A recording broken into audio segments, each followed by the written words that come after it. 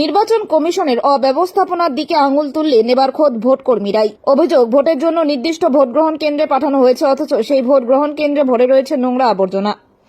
দিনহাটা 2 নং ব্লকের ভারত বাংলাদেশ সীমান্ত লাগোয়া বিল কালাইঘাটি পঞ্চম পর্যায়ে প্রাথমিক বিদ্যালয়ের ভোট গ্রহণ কেন্দ্রের ভোট কর্মীদের অভিযোগের ঘটনায় রীতিমতো চাঞ্চল্য ছড়িয়েছে। বৃহস্পতিবার বিকেল 5টা নাগাদ ভোট কর্মীদের অভিযোগ, তাদেরকে আজকে যখন সেই ভোট গ্রহণ কেন্দ্রে পাঠানো হয়েছে, তারা এসে দেখে রীতিমতো নোংরা আবর্জনায় ভরে রয়েছে স্কুল চত্বর।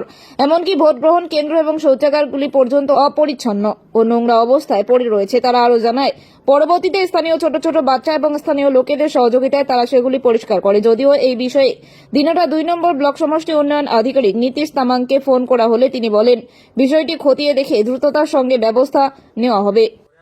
আমরা এসেছি দিনহাটা 2 সাহেবগঞ্জ ব্লকের আন্ডারে, এবং যে স্কুলে আমরা এসেছি সেই স্কুল হচ্ছে বিল কালাইঘাটি পিপলান প্রাইমারি স্কুল। এখানে আমরা ভোট কর্মীরা এসে দেখতে পেলাম যে আমরা যে পোলিং পার্সনরা আছে, আমরা দেখতে পেলাম যে এখানকার যে পরিবেশ, স্কুলের যে পরিবেশ, সেখানে দেখতে পেলাম নোংরা আগাছা দিয়ে ভরপুর হয়ে গেছে, এবং টয়লেট থেকে শুরু করে ক্লাসরুম থেকে শুরু করে সব কিছু নোংরা। এবং এলাকার কিছু ছোট ছোট বাচ্চা ছেলে আমাদের এখানে এসে সহযোগিতা করলো, ক্লাসরুমগুলো একটু পরিষ্কার করে দিল, এবং সেক্টর অফিসার এই বিষয়টা নিয়ে কোনো রকম তদারকি করেনি।